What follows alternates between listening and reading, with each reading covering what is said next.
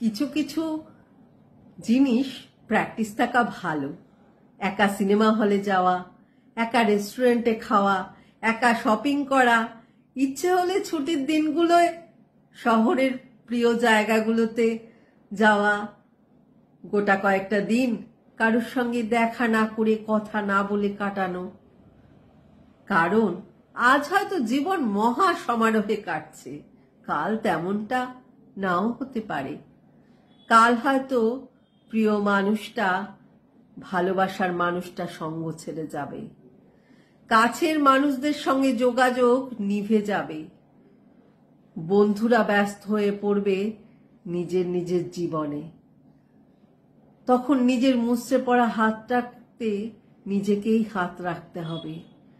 দরজা জানলা বন্ধ করা ঘরটা থেকে নিজেকেই টেনে জোর করে বের করে আনতে হবে।